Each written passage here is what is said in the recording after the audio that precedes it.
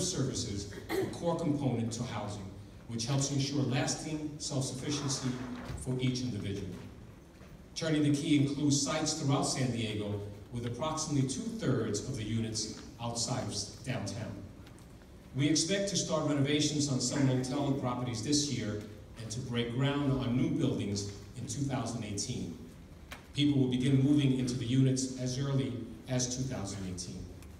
Turning the Key relies on a strategic blend of existing public dollars and private contributions, and once built, the housing locations will generate enough rent to cover the expenses of operating the buildings and providing the services needed by those housed.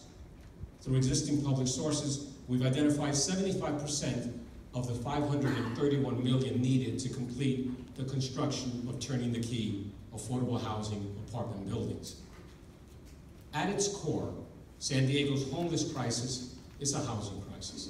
We see the potential to renovate rundown motels into affordable housing apartments, just as we see the potential in each and every one of the men, women, and children who are homeless in San Diego.